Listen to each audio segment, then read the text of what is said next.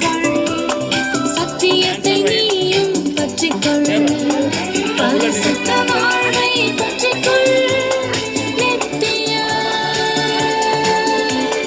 ஜீவனை பற்றிக்கொள். பற்றிக்கொள் இயேசுவை பற்றிக்கொள், பற்றிக்கொள் தேவனை பற்றிக்கொள், பற்றிக்கொள் வீடாமல் பற்றிக்கொள் உறுதியா.